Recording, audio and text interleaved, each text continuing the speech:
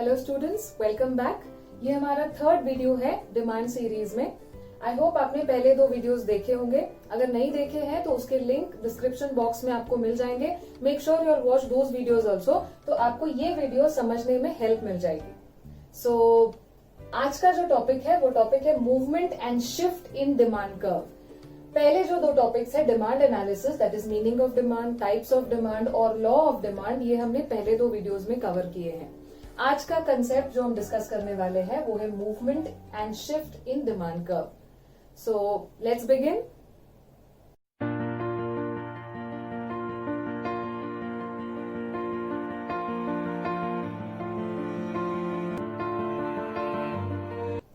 शुरू करते हैं।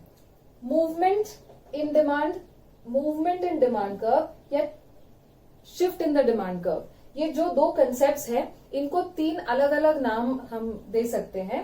जैसे वेरिएशन इन डिमांड, या फिर हम उसको कह सकते हैं एक्सपांशन और कॉन्ट्रैक्शन इन डिमांड, या फिर हम कह सकते हैं movement along the same demand curve.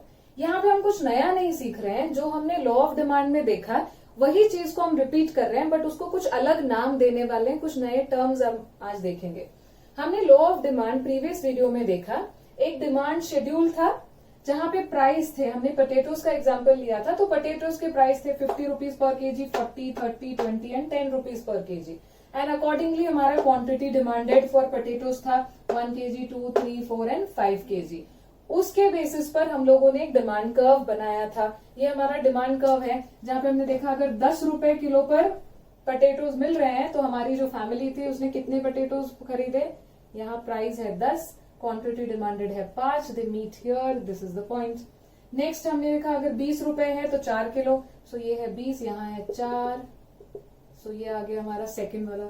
30 rupees पे 3 केजीज, ये रहा हमारा थर्ड। फोर्थ 40 रुपीज पे 2 केजीज एंड 50 रुपीज पे 1 केजी। सो इन सबको अगर हम इन पॉइंट्स को नाम दे देते हैं, सो लेट्स से इस पॉइंट को हम ए कहते हैं, जो सेंटर वाला पॉइंट है उसको हम बुलाते हैं ए। तो आप देखिए, जब 30 रुपीज का प्राइस था, 3 केजीज डिमांड कर रहे थे हम। जब प्राइस बढ़ गया 40 रुपीज हो गया प्राइस, तो क्या हुआ, जब प्राइस 40 रुपीज हो गया, क्वांटिटी डिमांडेड कम हो गया 2 केजीज, और हम ए से यहां शिफ्ट हो गए, लेट्स कॉल इट बी।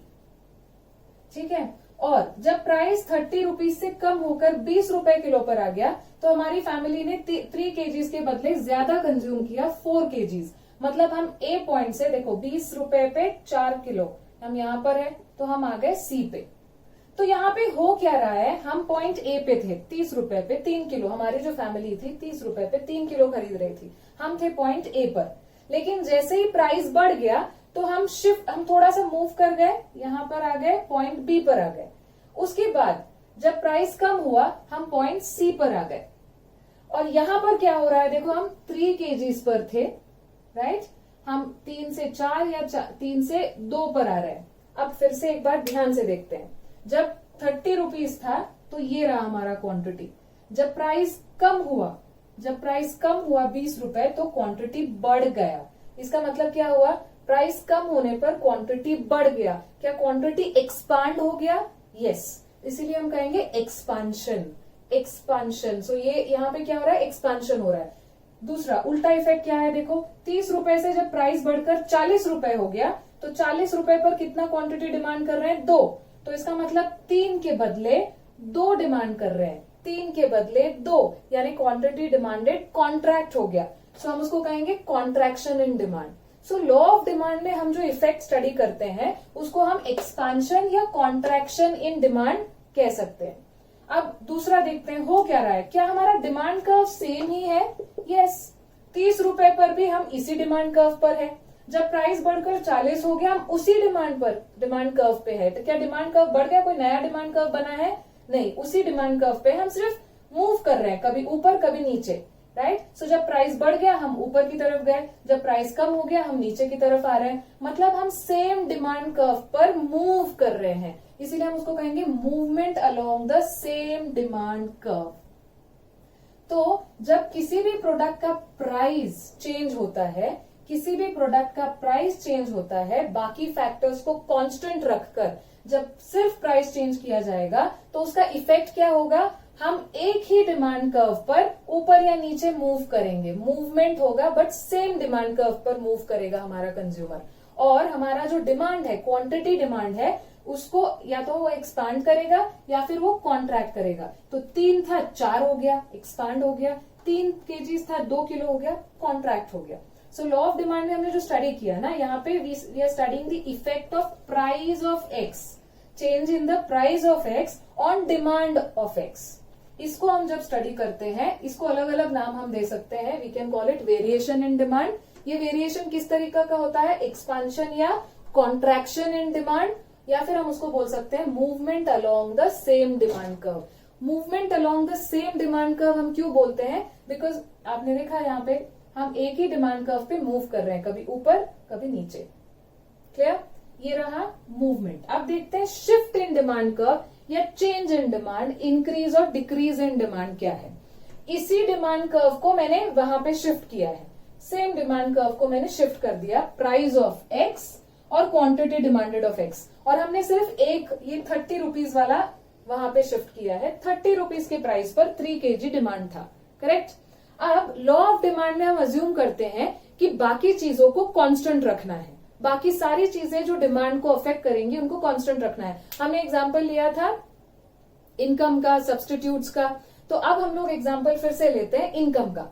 अगर हम वो अजम्पशन फॉलो ना करें तो क्या होगा, यहाँ पे हम उल्टा करेंगे, हम कमोडिटी के प्राइस को कांस्टेंट रखेंगे और बाकी सारे जो फैक्टर्स है जो डिमांड को अफेक्ट करते हैं, जैसे इनकम हो सकता है, प्राइस ऑफ सब्स्टिट्यूट्स हो सकता है, टेस्ट हैबिट्स एंड प्रेफरेंसेस हो सकते हैं, इन सारी चीजों को चेंज करेंगे, लेकिन उस कमोडिटी के प्राइस को कांस्टेंट रखेंगे। मतलब हम क्या कर रहे हैं, लॉ ऑफ डिमांड में जो था उसका एग्जैक्टली ऑपोजिट।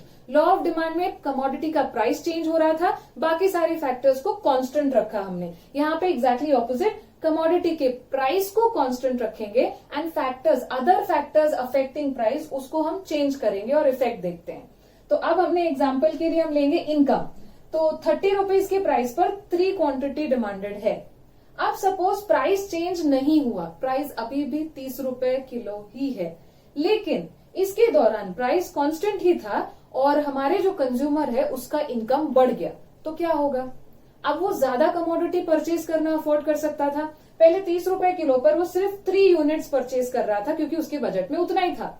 लेकिन अगर इनकम बढ़ जाए, यहाँ पे हमने कांस्टेंट रखा था इनकम को, यहाँ हम चेंज कर सकते हैं। सो अगर उसका इनकम बढ़ जाए तो क्या वो ज्यादा परचेज करेगा, डेफिनेटली ज्यादा परचेज करेगा। तो लेट्स से वो 5 यूनिट परचेज कर सकता है, क्यों, क्योंकि उसकी सैलरी बढ़ गई, वो अभी ज्यादा परचेज करना अफोर्ड कर सकता है, लेकिन प्राइस अभी भी कितना है, 30। तो हम यहाँ पर जैसे प्लॉट कर रहे थे, अगर हम इसे प्लॉट कर रहे 30 रुपीज के प्राइस पर क्वांटिटी कितना हो गया, 5। अब ये दो कहाँ मिल रहे हैं, यहाँ मिल रहे हैं। हमारा डिमांड कर्व तो यहाँ पे है और हमारा जो पॉइंट है प्लॉट किया हुआ वो डिमांड कर्व के बाहर चला गया। इसका मतलब नया डिमांड कर्व बनाना पड़ेगा। तो ये रहा हमारा नया वाला demand curve, let's call it D1। तो यहाँ क्या हो रहा है, जब हमने प्राइस को कांस्टेंट रख के अदर फैक्टर को चेंज किया तो हमारा डिमांड कर्व शिफ्ट हो गया, डिमांड कर्व ही शिफ्ट हो गया। यहाँ क्या हो रहा था, हमारा जो कंज्यूमर है A to B, B to C, इस तरह से सेम डिमांड कर्व पे मूव कर रहा था, कभी ऊपर कभी नीचे, लेकिन यहाँ तो डिमांड कर्व ही शिफ्ट हो गया। यहाँ पे अपवर्ड या राइटवर्ड शिफ्ट हो गया। अब चेंज और थोड़ा चेंज करते हैं। 30 रुपीज पे 3 kg अफोर्ड कर पा रहा था हमारा कंज्यूमर और उसका इनकम कम हो गया, डिमोशन हो गया या नौकरी चली गई, जो भी रीजन हो, इनकम कम हो गया, तो अब 30 रुपीज पे भी वो 3 किलो अफोर्ड नहीं कर सकता। लेट्स से वो सिर्फ 1 किलो या 1 यूनिट परचेज कर पा रहा है। क्यों ऐसा हुआ उसके साथ, हो सकता है उसका इनकम चेंज हो गया। यस, अब इनकम चेंज हो गया या इनकम कम हो गया, उसकी वजह से वो कम अफोर्ड कर रहा है। अब 1 किलो और ये 30 रुपए कहाँ मिल रहे हैं, यहाँ पे मिल रहे हैं। ये भी हमारे ओरिजिनल डिमांड कर्व के बाहर है। इसका मतलब नया डिमांड कर्व बनेगा, डिमांड कर्व यहां बनेगा, लेट्स कॉल इट D2। तो अब हुआ क्या, प्राइस सेम रखा है, इनकम को बढ़ाया और इनकम को कम किया। तो प्राइस कांस्टेंट रख के प्राइस के अलावा दूसरे फैक्टर्स को जब हमने चेंज किया तो हमारा पूरा का पूरा डिमांड कर्व ही शिफ्ट हो गया। कभी अपवर्ड या राइटवर्ड शिफ्ट हो रहा है, कभी लेफ्टवर्ड या डाउनवर्ड शिफ्ट हो रहा है। इसीलिए हम इसको कहेंगे शिफ्ट इन डिमांड कर्व। अब देखो, वेरिएशन, एक्सपांशन या कॉन्ट्रैक्शन ये टर्म कब कहते हैं? जब वो इफेक्ट प्राइस की वजह से होता है। यहाँ पे प्राइस तो सेम है, फिर भी लोग उस कमोडिटी को ज्यादा परचेज कर रहे हैं। इसका मतलब लोगों का कमोडिटी परचेज करने का कैपेसिटी बढ़ रहा है या उनका डिमांड एक्चुअल में बढ़ रहा है। यहाँ पे डिमांड नहीं बढ़ता है, सिर्फ क्वांटिटी बढ़ती जा रही है बिकॉज ऑफ द प्राइस। यहाँ प्राइस सेम होने के बावजूद अगर बढ़ रहा है, यहाँ पे हम उसको बुलाएंगे इंक्रीज इन डिमांड या फिर डिक्रीज इन डिमांड, जो यहाँ हो गया इनकम कम होने की वजह से। क्या हर फैक्टर, प्राइस को छोड़कर हर फैक्टर की वजह से shift in the demand curve हो सकता है? यस, ये हमने स्टडी किया इनकम का एग्जांपल लेकर। जब प्राइस सेम था, कांस्टेंट था, इनकम बढ़ गया तो क्वांटिटी बढ़ गई और हमारा डिमांड कर्व शिफ्ट हो गया। प्राइस इनकम सेम था और इनकम कम हो गया, प्राइस सेम था, क्वांटिटी डिमांडेड कम हो गया, प्राइस हमारा डिमांड कर्व शिफ्ट हो जा रहा है। सेम चीज टेस्ट हैबिट्स एंड प्रेफरेंसेस की वजह से भी हो सकता है क्या? सपोज हम जिस कमोडिटी की बात कर रहे हैं उसका प्राइस अभी भी 30 रुपीज पे है और कोई फैशन एक्सेसरी है, फैशन के लिए यूज करने वाला कोई एक्सेसरी है, कोई आइटम है और उसका ट्रेंड चला गया, वो ओल्ड फैशन हो गया।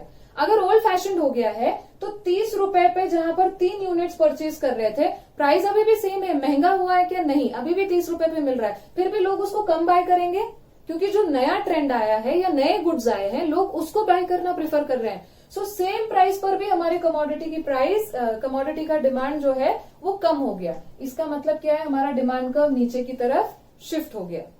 यस, या suddenly for whatever reason उस पर्टिकुलर कमोडिटी का डिमांड बढ़ जाता है, लोग उसको प्रेफर करने लगते हैं। अब जैसे आपने नोटिस किया कोई वायरस का आउटब्रेक हो जाता है तो हैंड सैनिटाइजर्स या क्लीनिंग वाले जो आइटम्स है उनका डिमांड बढ़ गया। क्या उनकी प्राइसेस कम हुई थी? नहीं, प्राइसेस तो वैसे ही थे, कांस्टेंट थे।